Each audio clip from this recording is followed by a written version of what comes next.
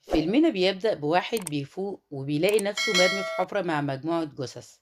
فبيقوم مخضوض وخايف، وبيلاقي إن في حد بيبص عليه من فوق. فبيفضل ينادي عليه علشان يساعده، بس ما بيردش عليه وبيسيبه ويمشي. وبعدها بيلاقي إن في مسدس مرمي معاه، وبيلاقي إن الشخص اللي كان واقف فوق بيبص عليه رجع له تاني وحدف له حبل علشان يتسلقه ويطلع. ولما طلع لقي إن في بيت موجود جنب المكان، فجهز مسدسه ودخل البيت. وسمع أصوات ناس جوه البيت، ولما دخل لقي إن فعلا في ناس جوه البيت. فخاف ورفع عليهم السلاح. واحد منهم اسمه لوكاس رفع عليه هو كمان السلاح، وكل واحد فيهم كان معتقد إن التاني هو اللي قتل الناس اللي كانوا في القبر. وكلهم مش فاكرين إيه اللي حصل ولا جم هنا إزاي، ومفيش معاهم أي تليفونات أو أي وسيلة اتصال بأي حد بره، ولا حتى بالشرطة ولا بأي حاجة. وبعدها لقيوا بطايقهم وبدأوا يعرفوا أسمائهم من البطايق، ولقيوا مفتاح عربية وما كانوش عارفين مفتاح مين ولا بتاع أنهي عربية. بس هو ما كانش عارف اسمه، وما كانش معاه بطاقة، فهنسميه دلوقتي إكس. وكانت معاهم واحدة آسيوية، وهي دي اللي أنقذته، وكانت على طول بتكتب على ورق كلام آسيوي، وهم كلهم مش فاهمينه. ومش كده وبس، دي حتى ما كانتش بتتكلم معاهم خالص، بس هي علشان أنقذته هو كان عمال يسألها. كانوا بيقنعوه يا عم هي أصلا مش فاهماك، بس هو برضو مصمم إن هو يسألها. قال لهم يعني هي طرش مش بتسمع؟ قالوا لا هي بتسمع بس ما بتعرفش إنجليزي فمش هتفهمك.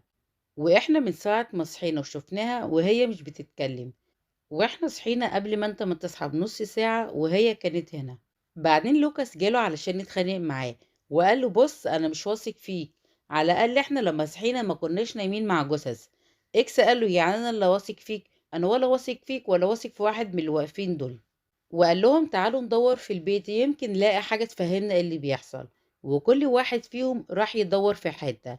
ولوكاس لاحظ ان في ايده علامة، فجات له الست الآسيوية ووريته ايدها برضه، وكانت عندها نفس العلامة. لها انا لاحظت ان كلنا فينا العلامة دي، ايه بقى اللي حصل علشان يبقى كلنا كده؟ بعدين اكس راح يدور في المطبخ ولقي نتيجة على التلاجة ومشطوبة على ايام، ومتعلم على يوم 18 ابريل. بعدها مايكل نده لهم ووراهم إن هو ليه أسلحة، فهم مش فاهمين إيه الأسلحة الكتيرة دي، ويا ترى هيعملوا بيها إيه وهيقتلوا بيها مين. بس اللي لفت انتباههم إن مايكل اتعامل مع السلاح وكأنه شال سلاح قبل كده. فقالوا له أنت ممكن كنت ضابط مثلا؟ قال لهم أنا مش فاكر. إكس قال لهم خلاص إحنا ناخد السلاح ونطلع ندور برا البيت ممكن نلاقي حاجة تفهمنا. بس لوكاس قال لهم لا خليها الصبح احسن. بعدها لقيوا ان في حد بيجري بره البيت، فطلعوا يجروا وراه. فقالوا ممكن تكون عايزة تخرجنا للمدينة. بس شارون قالت لهم احنا مش قريبين من المدينة اصلا. قالوا له انت عرفت ازاي؟ قالت لهم بصوا كده على السماء، هتلاقوا ان النجوم ظاهرة بوضوح شديد، والسماء صافية. وعامة السماء بتكون صافية والنجوم ظاهرة في الأماكن اللي بعيدة عن المدن، يعني احنا دلوقتي بعاد عن اي مكان فيه ناس اصلا. فالمهم ان هما راحوا يدوروا عليها، واكس كان بيبدأ يفتكر شوية حاجات بس ما كانش مجمع. بعدها شموا ريحة وحشة، فبينوروا بالكشاف لقيوا ان في جثة مربوطة على الشجرة. ومش جثة واحدة، ده لقيوا جثث كتيرة في المكان.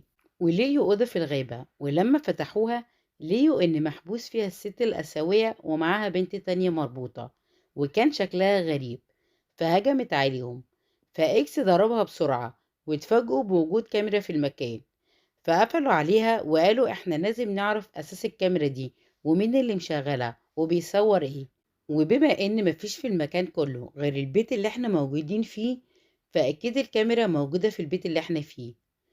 فراحوا يجربوا المفاتيح اللي لقيوها في البيت على كل الأبواب اللي موجودة في البيت. فجاله نسان وقالوا إن هو حاسس إنه يعرفه شخصيا، وكمان حاسس إن هو يعرف شارون، وحاسس إن هي صاحبته قريبة منه قوي. بعدين نسان سأله وقال له هو أنت جبت أصلا المفاتيح اللي معاك دي منين؟ وإشمعنى أنت الوحيد اللي معاك المفاتيح؟ قال له أنا لقيتهم تحت. بس نسان مصدقوش، فقال له خلاص بكرة الصبح نبقى نحاول نكسر الباب طالما هو مش عايز يتفتح. وتاني يوم صحيوا، وبعد ما اتخانقوا مع بعض الخناقة التمام سابوا مايكل يحرس البيت، وهم راحوا يدوروا على العربيات اللي لقيوا مفاتيحها معاهم. ونفس المنظر اللي لقيوه امبارح لقيوا النهارده برضو جثث مالية المكان ومتعلقة على الشجر. ومايكل في البيت قاعد بيرغي مع الآسيوية، فجأة سمع صوت حد بيصرخ، فدخلها البيت وهو راح يشوف مصدر الصوت. وكان طول ما هو ماشي سمع نفس الأصوات، والفريق التاني لسه كان بيدور على العربية. ونيثن ماشي وكان بيرمي حجرة وكأنه قاعد على البحر، وحجر منهم خبط في حاجة معدن.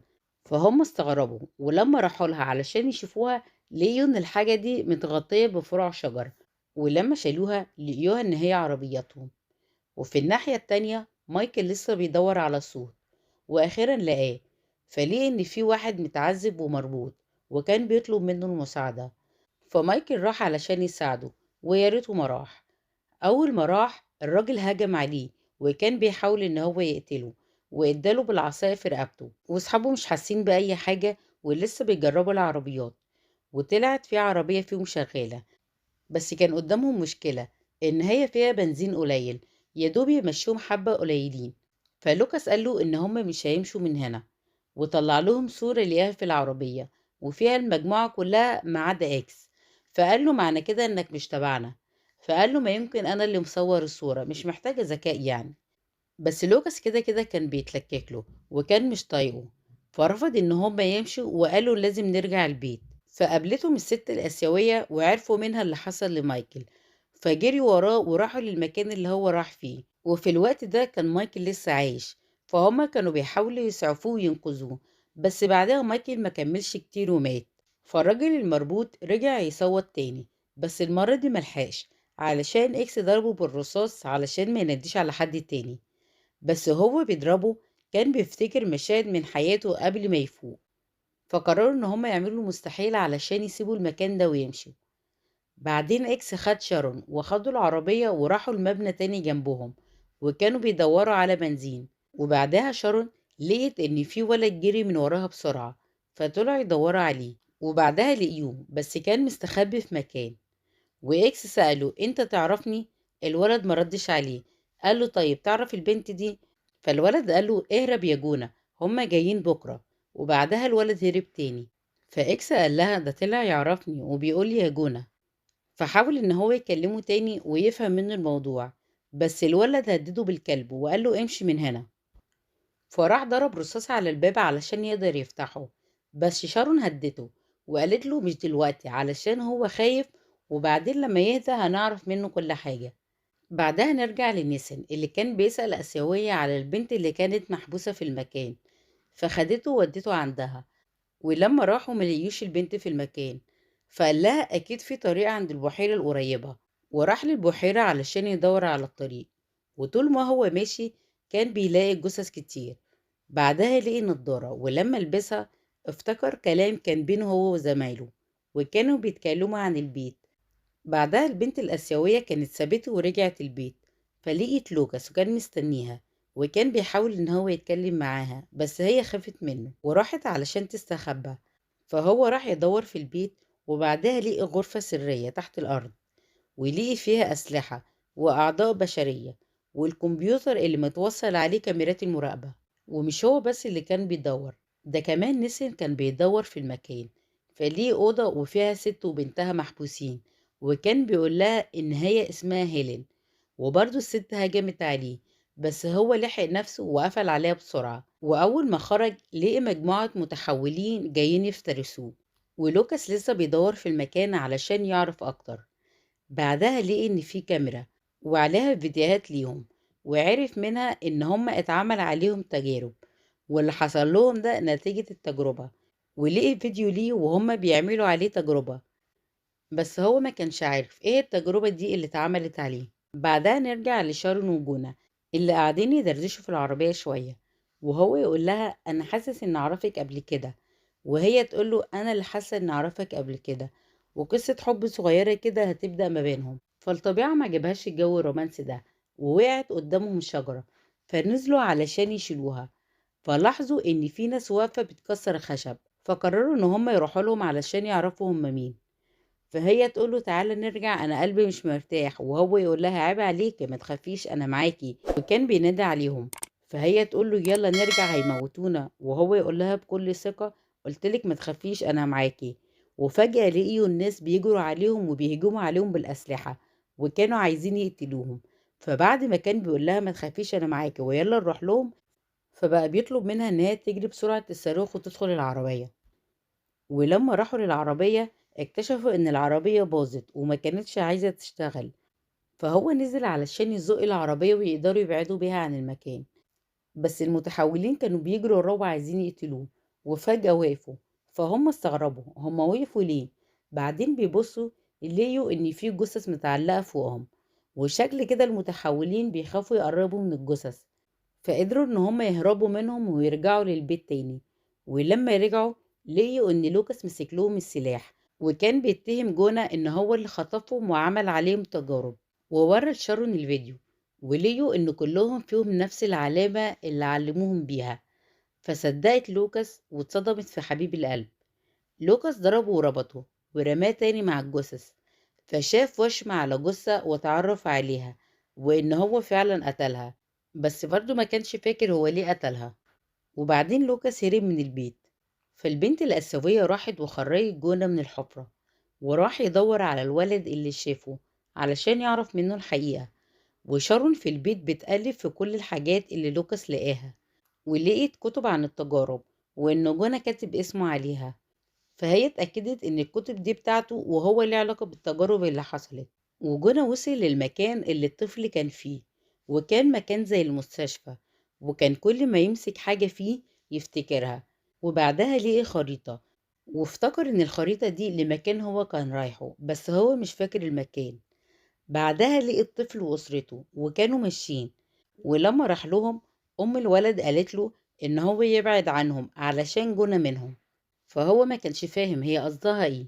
بعدها لقي صندوق وافتكر إن هو شافه قبل كده، ولقي صندوق تاني وفيه عينات وكان بيبدأ يفتكر العينات دي. فافتكر لما اداه للسواق وقال له يوصله للجيش، ولقي صورة بتجمعه مع شارون، فكده اتأكد إن هو أكيد يعرفها. بعدها لوكاس جاله، وجونا قاله إن هو افتكر حاجات كتير، وافتكر إن هو دكتور وكان بيساعد الناس مش بيأذيهم، وهو هيساعده يتعالج. فكان عايز يديله حقنة علشان يوقف المرض، بس لوكاس خاف منه وضربه ووقع منه الحقنة. وجونا افتكر إن هو وفريقه كانوا بيعالجوا الناس من مرض انتشر وكان بيحول الناس لزومبي.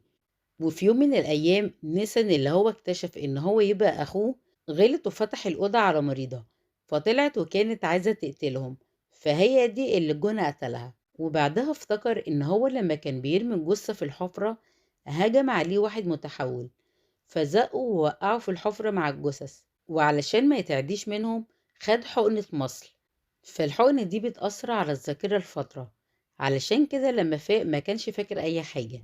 وشارون ونيسان في البيت، وبدأ المتحولين يهجموا عليهم، فقفلوا الأبواب وكانوا بيضربوا عليهم رصاص لحد ما سلاحهم خلص.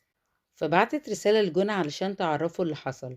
فوهو رايح لهم البيت افتكر كل حاجة، وإن في طاعون انتشر في البلد وهما كانوا بيحاولوا يعالجوا الناس. وفي يوم 18 إبريل قوات الإنقاذ هتيجي، وأي حد مريض هتلاقيه هتقتله على طول. وفعلا سمعوا صوت الطيارات، ونيسان اطمن إن هما خلاص جايين ينقذوهم، فقال لها يلا علشان نخرج لهم علشان هما ينقذونا. بس هي كانت قلقانة وكانت خايفة تخرج، فهو سبقها وخرج. ولما طلع ملقاش في حد خالص، فجاله واحد من قوة الإنقاذ، ونيسان قاله إن هو مش مريض وإن هو عايزه ينقذه ويطلعه بره الغابة. بس الجندي كان عنده أوامر إن هو يقتل أي حد يلاقيه سواء مصاب أو مش مصاب، علشان كده قتله. فأصحابه شافوا اللي حصل له فجريوا علشان يستخبوا. بعدها جريوا منهم علشان يهربوا، ولقيوا إن الجنود جايين عليهم، فجريوا استخبوا في حفرة الجثث، وخدوا حقنة مخدرة علشان يغيبوا عن الوعي والجنود يعتقدوا إن هم ماتوا زي باقي الجثث. واديته ورقة وقالت له ابقى اقراها لما تفوق. وبعدها فعلا الجنود جم وبصوا عليهم واعتقدوا إن كل اللي في الحفرة ميتين، فرموا عليهم شوية جثث ومشيوا. بعدها جونا فاق، وطبعا مش فاكر أي حاجة، وحتى الورقة اللي هي اديتها له وقعت منه وما شافهاش. فطلب المساعدة وزي أول مرة بالظبط الست الآسيوية برضه هي اللي أنقذته، وخرج من الحفرة لوحده من غير شرن. وهي كانت كاتبة له في الورقة إن هم دكاترة وفي فيروس ضرب العالم، فهم كانوا مسؤولين عن علاج الناس. أما بقى الست الآسيوية فكانت هي الإنسان الوحيد في المدينة اللي دمها محصن ضد الفيروسات، علشان كده ما كانتش بتتأثر بالمرض. وبس كده يكون خلص ملخص فيلمنا.